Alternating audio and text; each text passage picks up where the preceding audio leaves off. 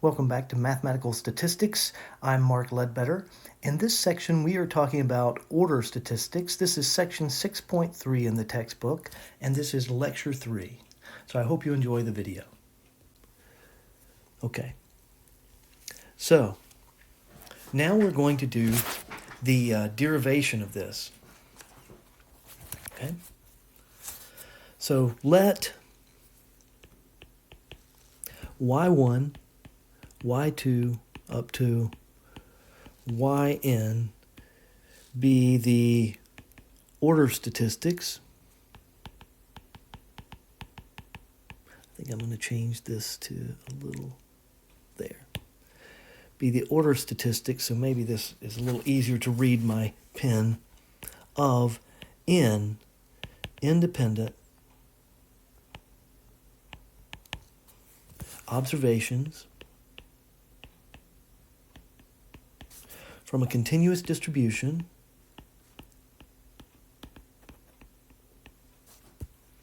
so it's a continuous distribution with CDF f of x and PDF little f of x equal to f prime of x, where, of course, the CDF is between 0 and 1, okay? Not equal to, all right? Not equal to 1, not equal to 0, because that's where it's interesting, okay? It's when it's not 0 or 1. That means that it's a non-decreasing function where this is specified. Once it gets to 1, it's a constant. Once it gets down to 0, it's constant all the way back to negative infinity. So we're just, remember that the CDF can look something like, and so where this value is 1 and this value is 0, all right? So it's a non-decreasing function. It can also be a step function for discrete or even for continuous, okay. Okay, so for x in some range, a to b, between two real values, and f of a equals 0, f of b equals 1. Note, it is possible for a to equal negative infinity and b equal, and or, I should say, either one or neither, but they can be, and or b equals positive infinity, okay? So that can be true too, okay? So it's any real numbers and more, including the infinity and negative infinity. All right. The event that the rth order statistic y sub r is at most y, the set of y sub r, less than or equal to y, that's what that is, can occur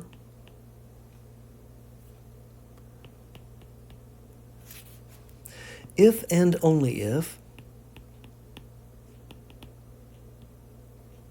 that means it's reversible, at least r of the n observations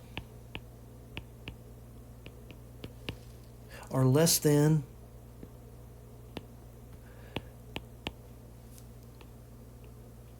or equal to y, okay? Hence, the probability of success,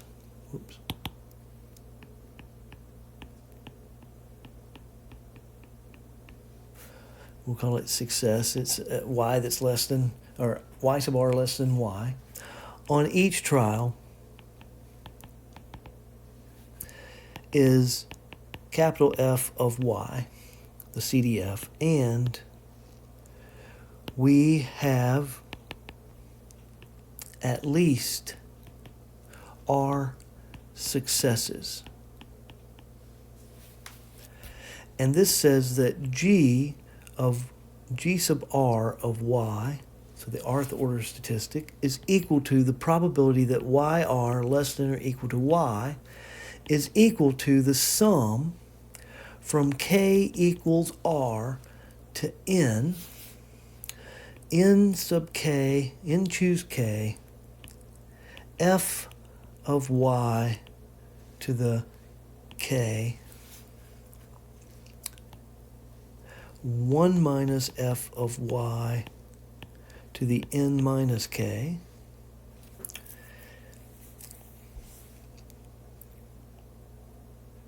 and let me check. I think maybe I left out.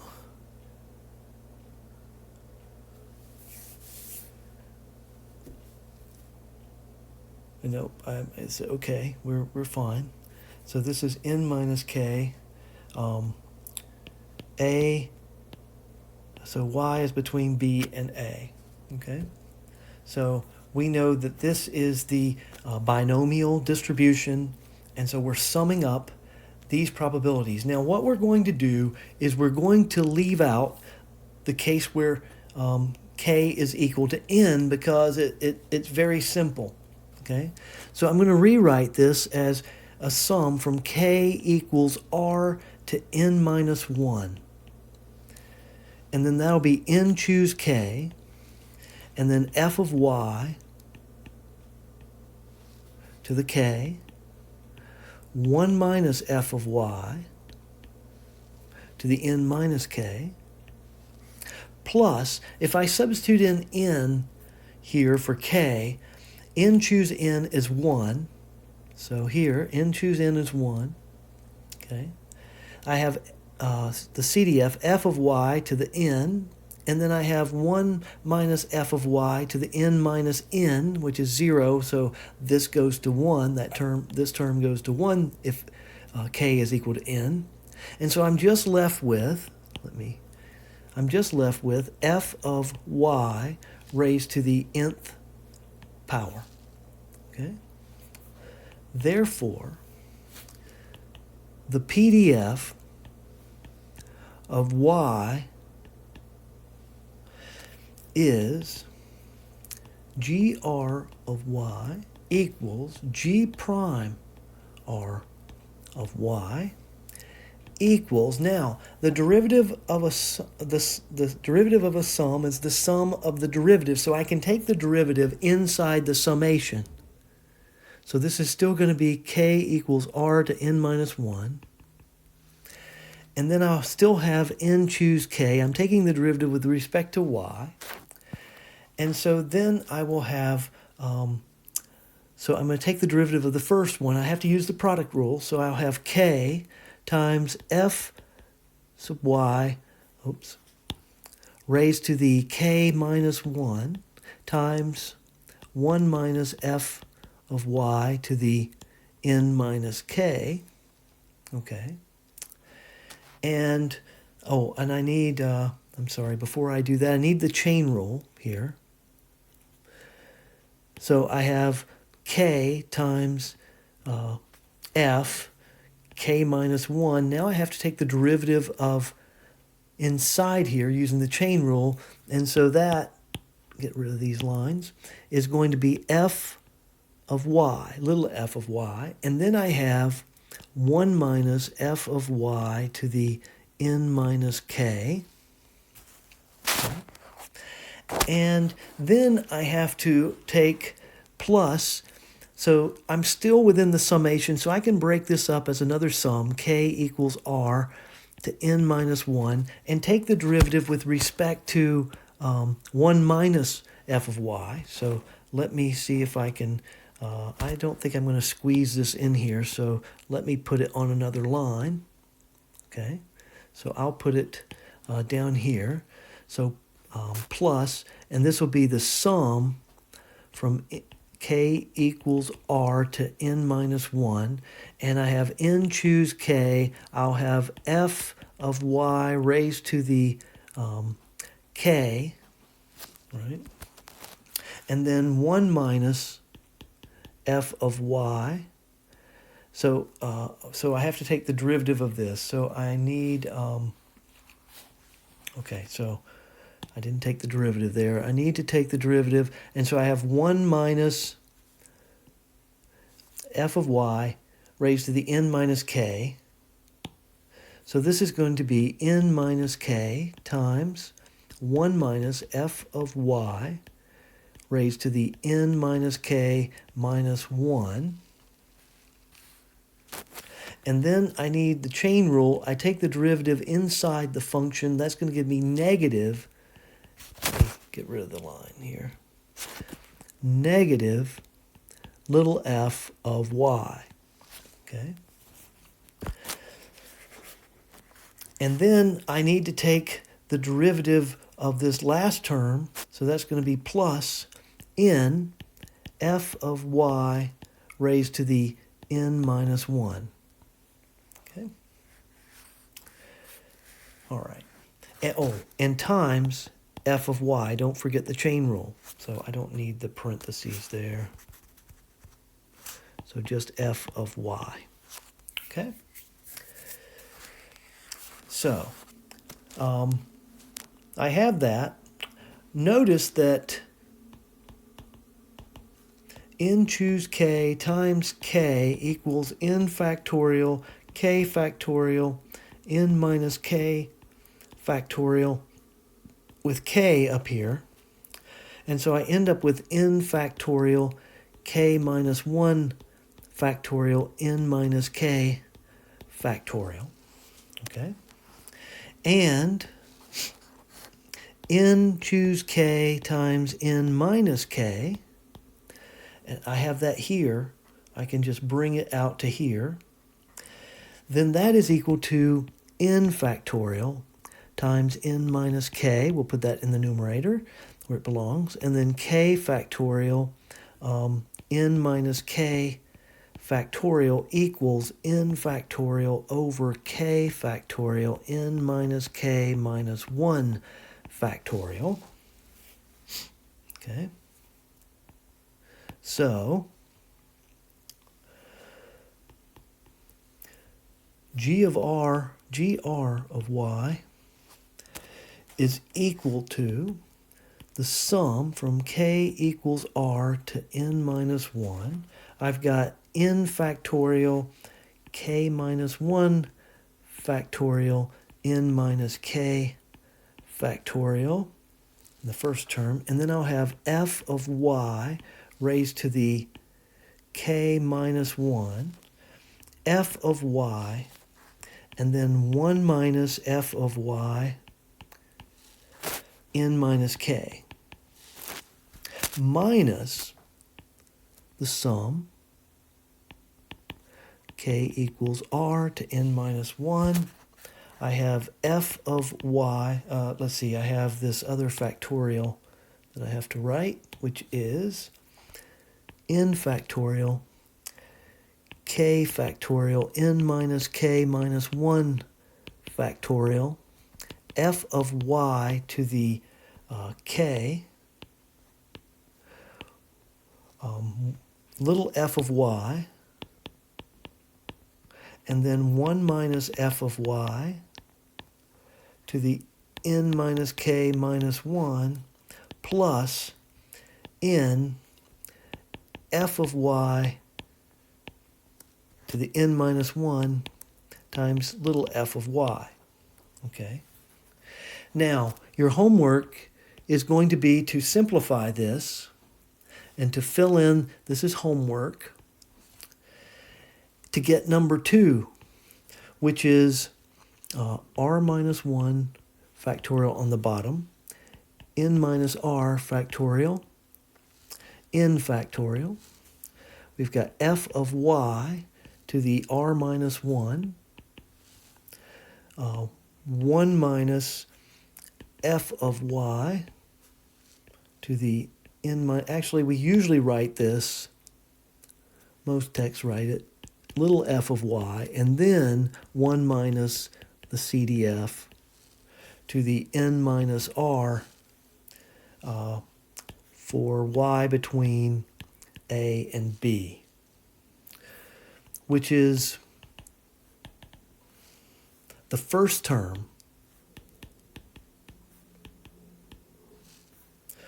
of the first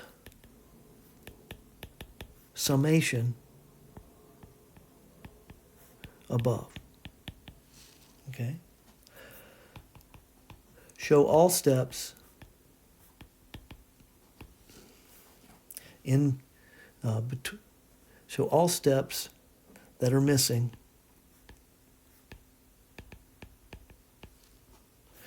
for homework. Okay. All right. Now, let's use this formula and so let's use this formula here to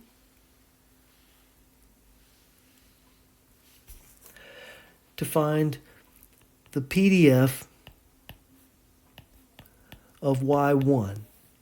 So g1 of y is equal to n factorial, 1 minus 1 factorial, I'm substituting in for r, n minus 1 factorial, f of y to the n minus 1, little f of y, 1 minus f of y to the n minus, n minus 1, okay?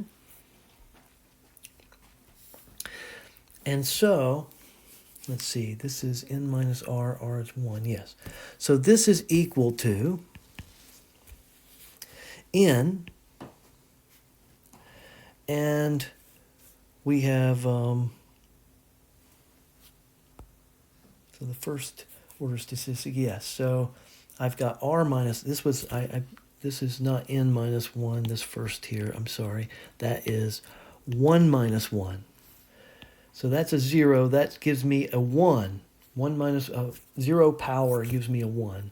And so I'm left with n times the PDF times 1 minus the CDF to the n minus 1. And don't forget your range of y, whatever a and b are. So there's the answer to that one. That's the first order statistic. You want to write this down on your formula sheet because this and the max order statistic are the ones, the nth order statistics are the ones that are used very, very frequently. Others are used, but these are the most common. So I don't need, and then I want the PDF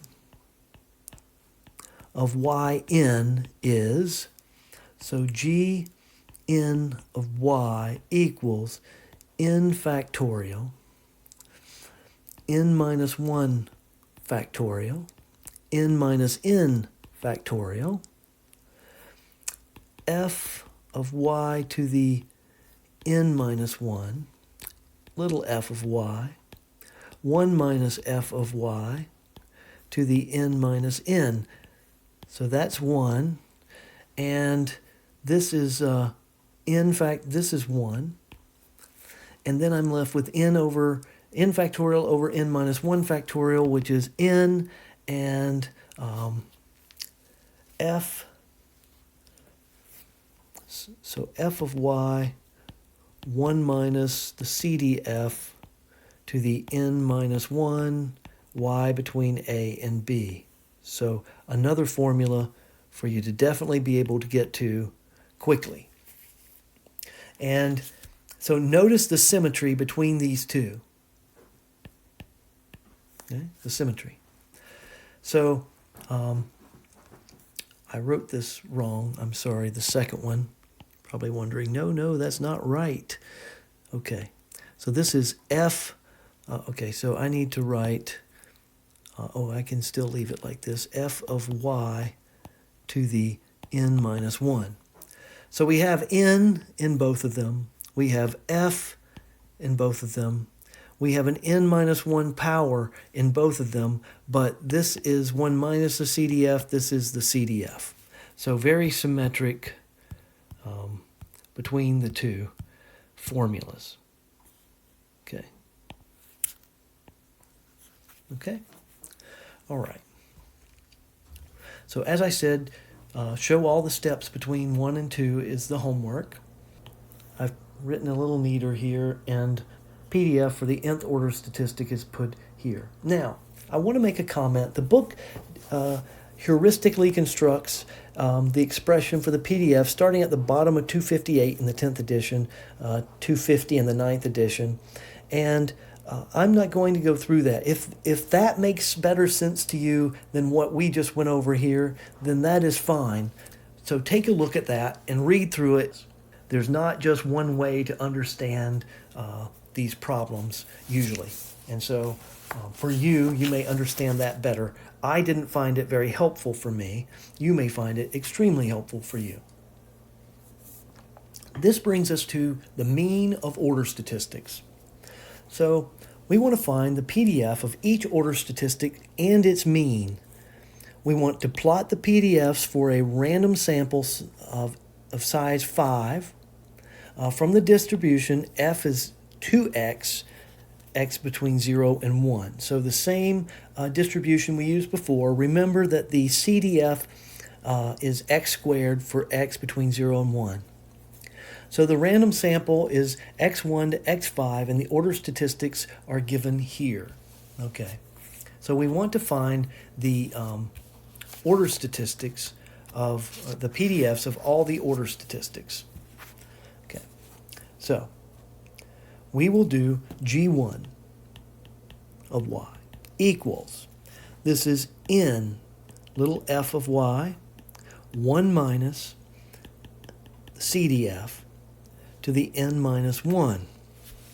So we plug in, we have 5. We have the CDF as 2y, not my best y, 2y. And then we have 1 minus y squared, and then we have 4. Okay? So this is equal to 10y times 1 minus y squared to the 4th, and y is between 0 and 1. Okay. Now I want the mean, mu1. And so that's going to be the integral of y g1 y dy, and from 0 to 1 over the whole range of y. And so this is equal to 0 to 1 y 10y. Actually, I'm going to go ahead and combine these. So I'm going to have 10y squared, because I'm going to, y times 10y is 10y to the square. And then 1 minus y squared to the 4th. And then 0y1. Oh, actually, let's not go there yet. I need to solve this. And so I can do this a couple of ways. But the easiest, it turns out, is just to expand this, 10y squared, and then, you have the binomial, so you can use that, and the binomial formula, so a plus b to the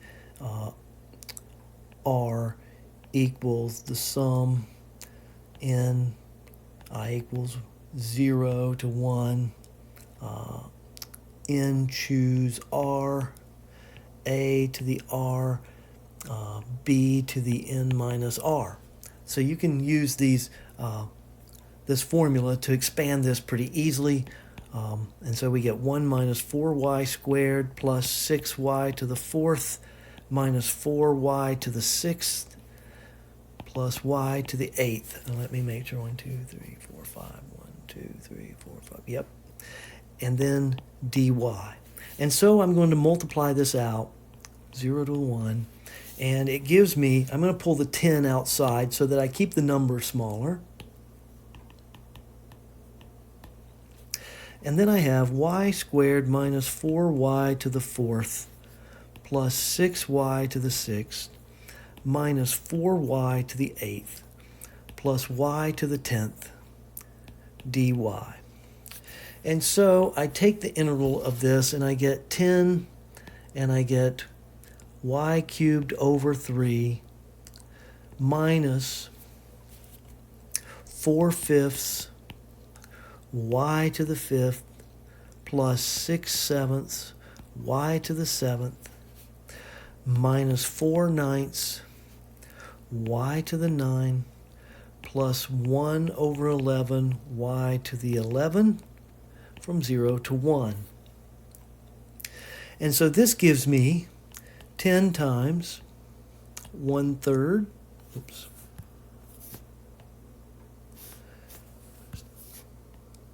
1/3 minus 4/5 plus 6/7 minus 4/9 plus 1/11.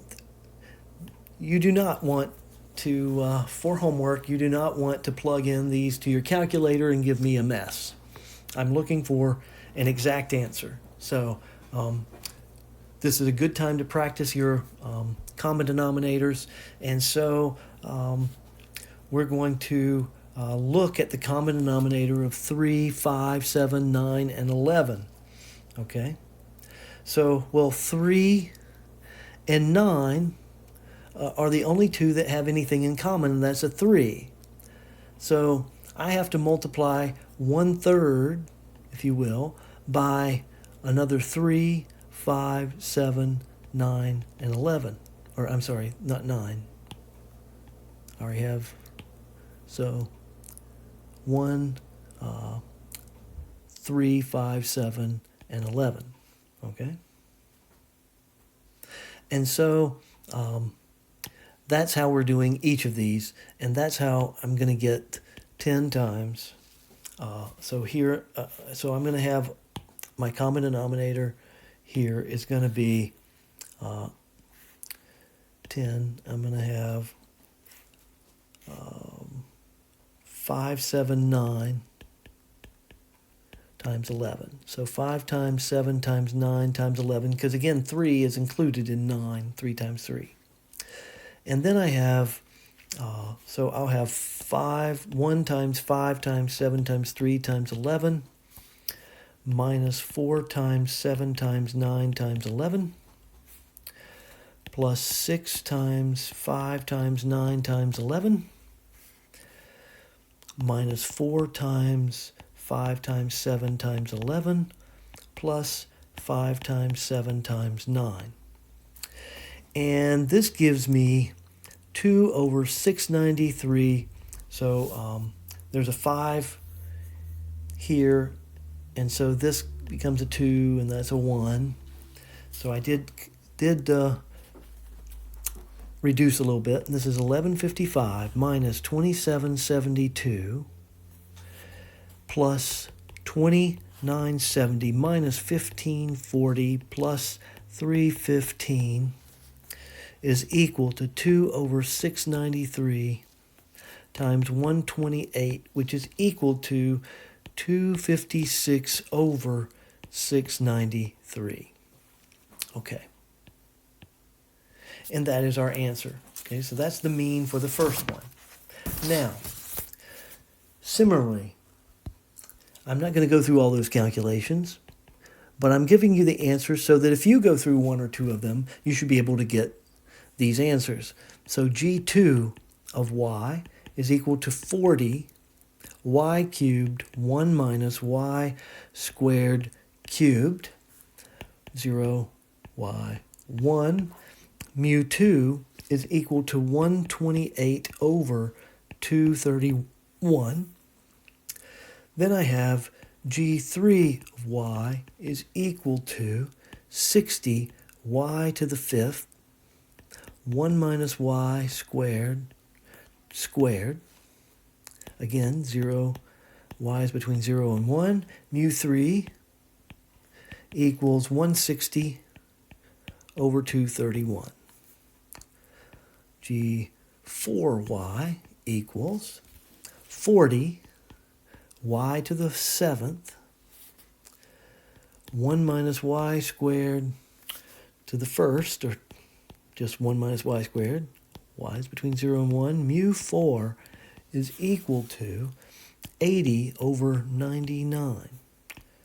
And G5y is equal to 10y to the 9th and y is between 0 and 1. And mu 5 is equal to 10 over 11. All right, that's it for this video. I hope you've enjoyed it. If you have questions, then please come to virtual office hours, and I'll be glad to try to point you in the right direction. If you need help before you can make it to virtual office hours, then by all means email me, and I'll do my best to help you through email, and I'll respond to you as soon as it's possible. Please take care of yourself so we can see you next time.